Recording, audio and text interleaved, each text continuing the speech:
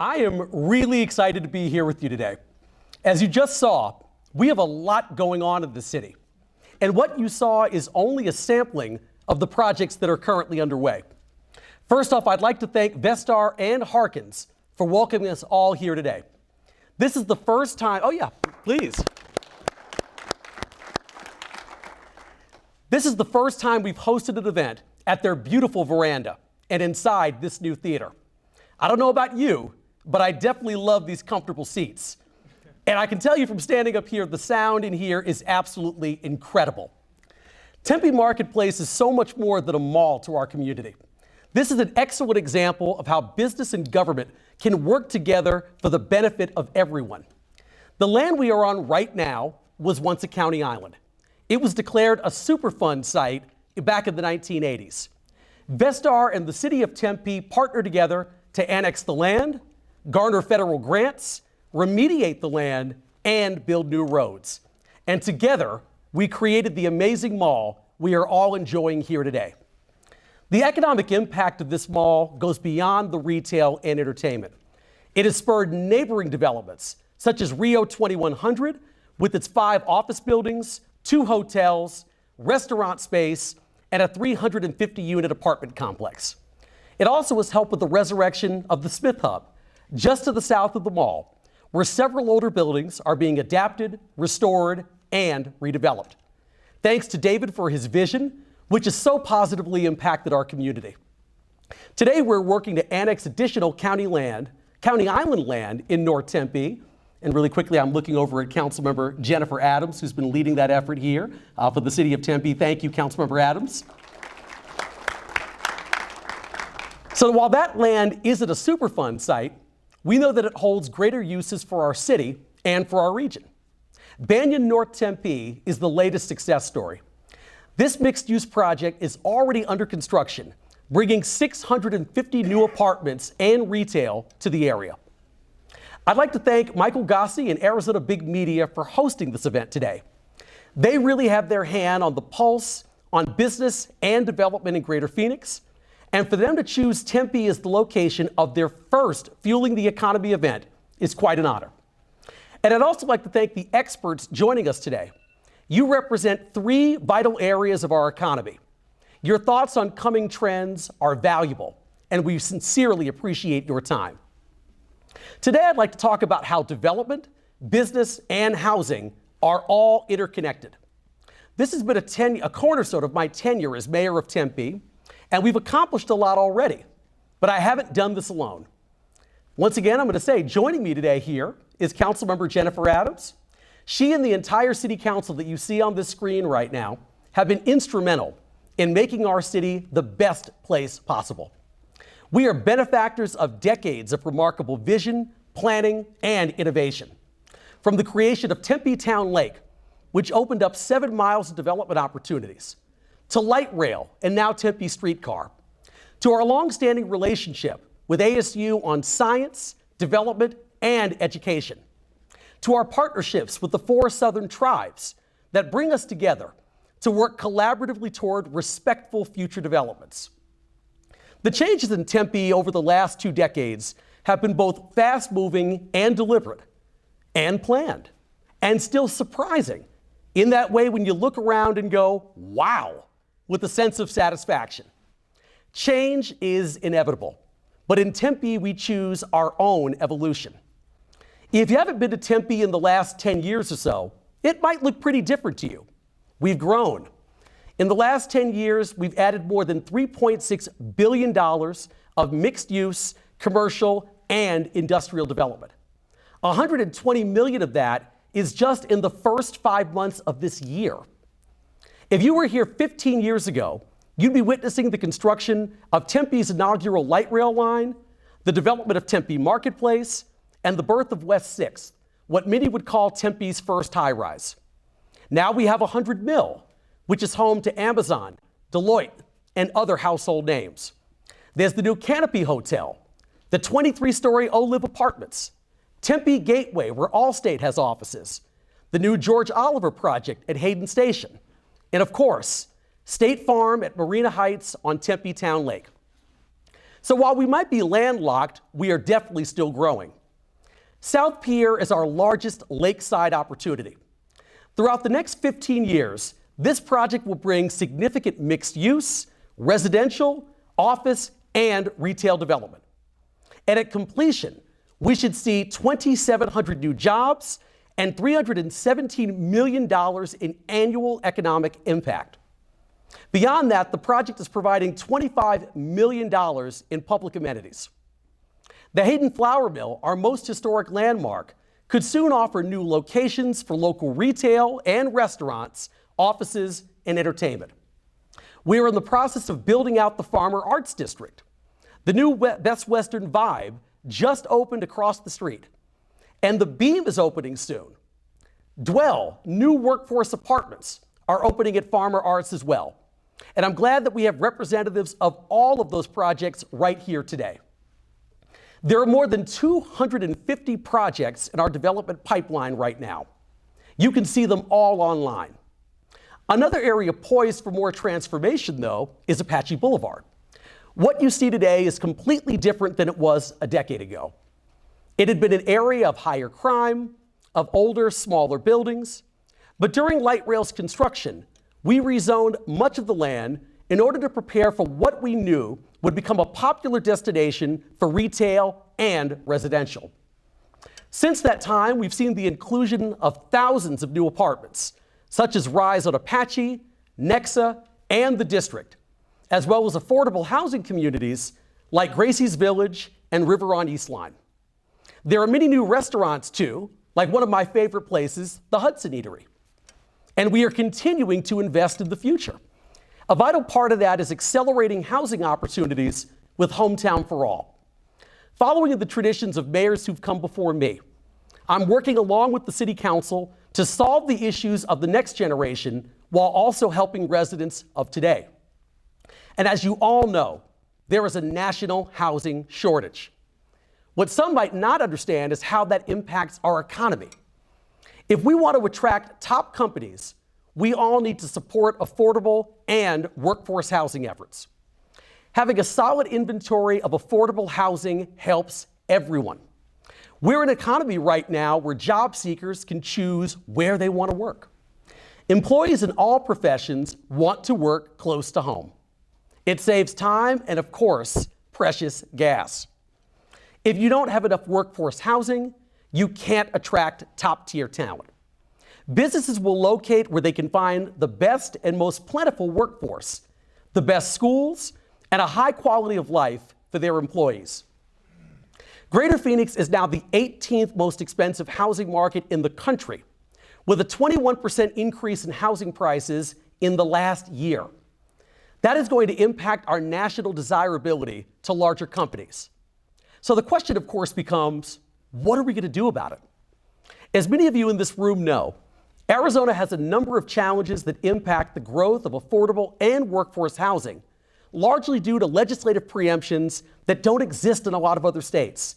The lack of inclusionary zoning, the lack of a tax increment financing system, and the inability to implement rent control. But in Tempe, we don't get paid to talk about what we can't do, but instead what we can do. One way we're going to do that is focusing on our innovative affordable housing initiative called Hometown for All. So before I became mayor, the City Council commissioned a study that showed that we needed to add 11,000 more affordable housing units by the year 2040 just to keep pace with current demand. That's an ambitious goal, and we knew we needed to accelerate our efforts. We already had great working relationships with nonprofit and development partners that allowed us to realize amazing projects like Valor on 8th and affordable housing community for veterans. But what we envisioned was creating a sustainable funding stream to preserve and expand affordable and workforce housing, and frankly, have more control over the pace of growth of those housing opportunities. And that, my friends, is how Hometown for All was born. With the support of the council, we also saw the need to boost our efforts. We launched this initiative a little over a year ago. And to date, it has already brought in over $6 million to support more housing opportunities through cash received, projected permitting fees, and pledges of voluntary contributions from the development community. I truly believe, as does the entire City Council, that Hometown for All could be a model for all other Valley cities. But here's how it works. For every development project built in Tempe, an amount equivalent to 50% of certain permitting fees paid to the city's general fund goes to support the nonprofit Tempe Coalition for Affordable Housing. In addition, we updated our guidance for voluntary contributions from developers to fund more affordable housing. Suggested donation amounts are based on the expected amount of certain developer-paid permitting fees, which equates to 20% for residential projects and 10% for commercial or office projects. This initiative has truly galvanized our affordable and workforce housing strategies. Not only have we added a vital new housing funding source through Hometown for All, but we are also making other investments that again put us in the driver's seat to increase housing opportunities in our city. We are also reimagining city-owned properties. Along Apache Boulevard alone, we've put in $1.2 million into critical site preparation work to get 4 parcels shovel-ready for development. Concept plans could collectively add 500 new affordable units in Tempe. We are purchasing single-family homes, apartments, and condos that will remain permanently affordable. There are more than 100 properties under city management today. And we are investing in the future with purchases like the former Food City Plaza at Apache and Dorsey and the Roadway Inn Motel, both of which will greatly expand affordable multifamily housing options. We're here today to talk about fueling the economy in Tempe through development, hospitality, and housing. But I would add a fourth: community. Development, business, housing, and community are all critically linked. And one does not thrive without the others. We see that every day in Tempe through the work of so many of you here. We see it in a lakeside development with housing, hotel, office space, and attractions. We see it downtown with 18 stories of business and employment opportunities. We see it along the Apache Boulevard corridor with live-work apartments for creatives in our city. We see it around the table at a favorite local restaurant, along a crowded marathon route, up and down a street festival, through the window of a light rail train. This interconnectivity is what makes Tempe, Tempe. And it's what brings us all here today. Thank you so much for joining me. I'm looking forward to hearing from all of our panelists about how they are helping to fuel the economy in the city of Tempe. Thank you. My name is Maria Lochner. I'm with the City of Tempe Economic Development. So with us, first of all, we have David Krimwitty, who's the Senior Executive Vice President for LPC Desert West. Then we have Charlie Freerichs, Senior Vice President for Catellus, and George Forstall, Director of Real Estate Development with Mortensen. So you all just heard the mayor, there's so much going on in Tempe. It's crazy. Your mind spins. It's so exciting all of the time. 250 projects currently on the runway. It's crazy. But I think it's fair to say, and we're up here to tell you about it, that development is not all rosy. There are some challenges. So, first question, I'm going to direct it to Charlie. All of us get a chance to answer, but Charlie, you're first on this one. We have all experienced supply chain issues, whether we're at the grocery store or we're making a mid-rise development. I can't even get business cards because they're on back order. It's crazy.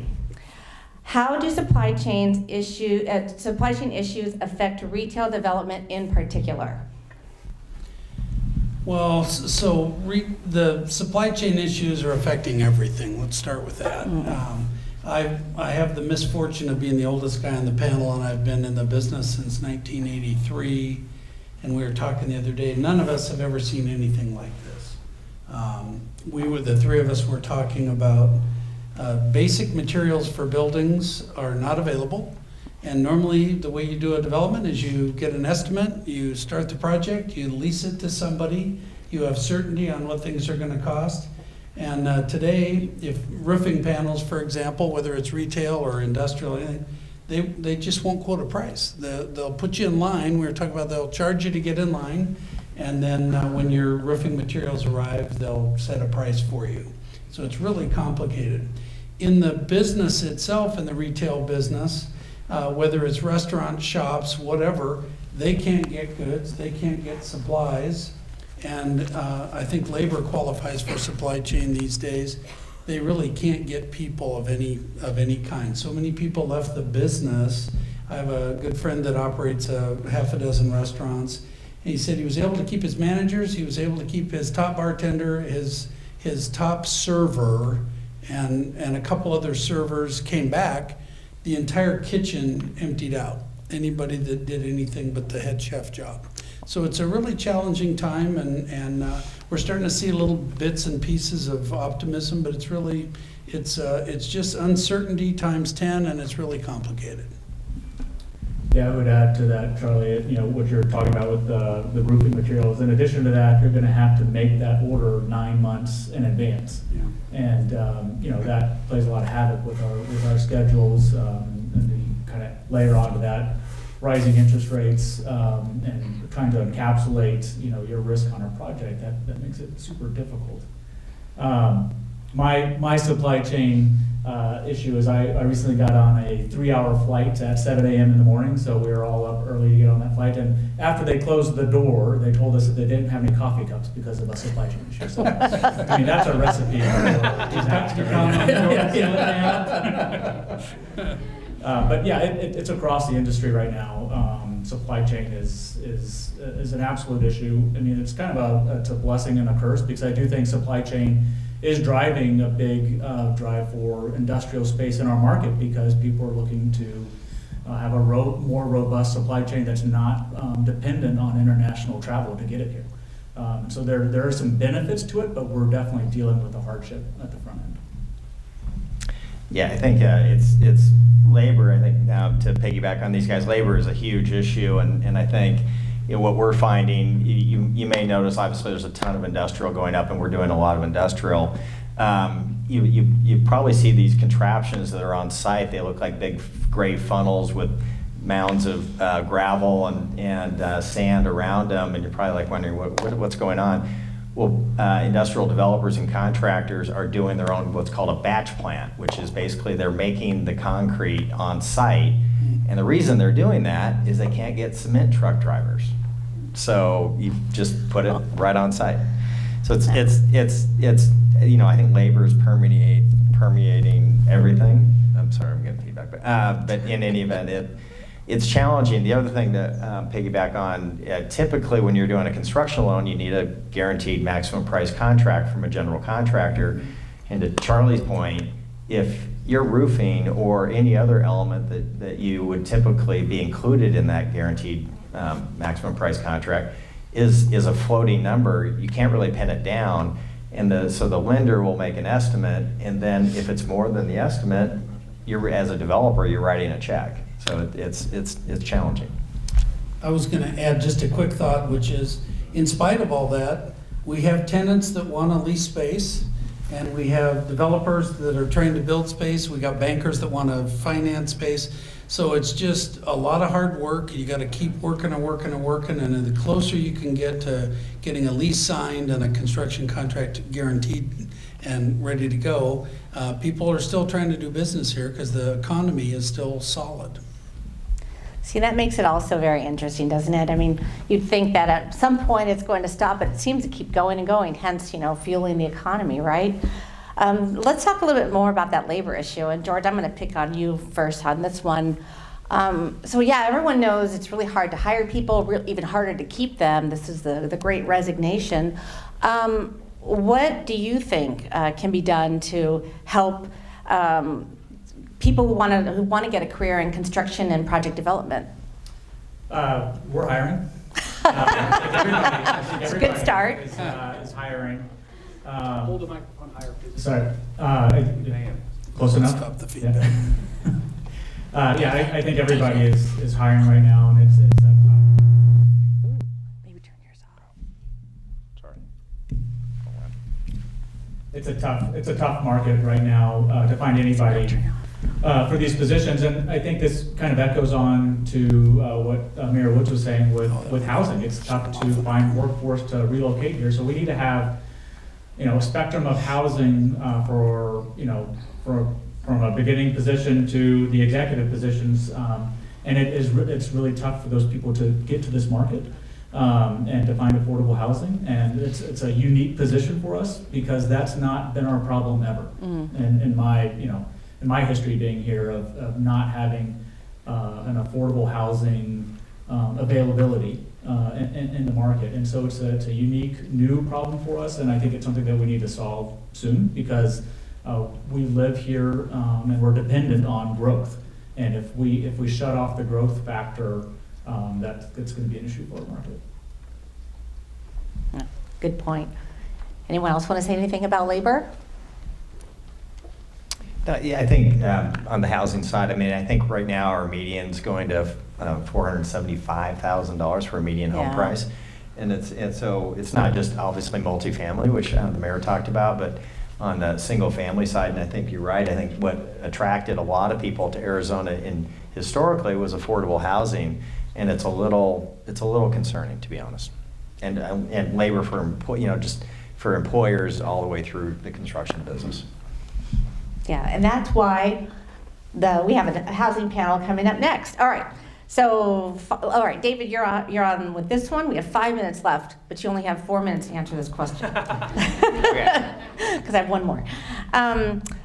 Both residents and businesses think rent isn't affordable, but developers are seeing higher costs to build projects. What are your ideas to resolve the situation to benefit everyone? Well, and I'll focus on commercial because that's what we do.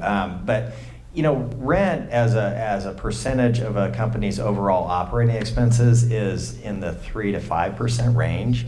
And I know everybody goes out and tries to get the best rent deal they can, but labor far exceeds anything to do the 3 or 5% of your operating expenses that rent is. So, where we see the market going, especially in the office side and industrial, honestly, is there's a flight to quality. And what's filling up, 100 Mill being an example, just delivers 95% leased at $50 gross rents. There's a clear flight to quality. And so I think employers are saying, look, if I'm going to go lease office space, I'm going to get it in the best building I can because guess what? I need my employees to actually come to work. So they're, highly amenitized spaces. So I don't see that as being an issue. The Grove in Phoenix is the same story. They're getting $53 gross up there. They're basically all pre-leased as well. So I don't think rent is a big issue in the commercial side, honestly. I would second that. The other thing is we've been really spoiled in Phoenix for years. Our housing has been cheap relative to the rest of the world. And what happens when you have a place that's got great employment, great education opportunities, great quality of life, all these amenities, this life that we live and love here, over time that pushes housing pricing up, up a little bit. And there's been significant jumps in a very short period of time. I'm an optimist. I believe that'll moderate and we'll get back to rational growth on rents and all that. And we're still affordable in spite of a lot of the hype in the news about it relative to the companies that we compete, the states that we compete with, cities, countries, all of them. So relatively speaking, I think we're still in pretty good shape. I'm going to agree with all that. Very good. All right, last thing. It's 2022. The world's been very unpredictable. What's your bold prediction? I'm going to start with George. For coming up, what's your bold prediction? So my bold prediction is that in a month, we are going to learn that the entire Phoenix Suns team was abducted by aliens. And it was all clones that were playing. Just kidding. I do think, kind of following on to what Dave was saying, is that employers have been trying to lure people back to the office. I think that we're going to find in 2022, early 2023, is that employees are going to want to return to the office now that their kids are back in school and they're looking for upward mobility in the company. They're looking for collaboration in the company. That there's going to be a desire to come back to the office, maybe with some flexibility for sure, but a desire to be back in the office environment.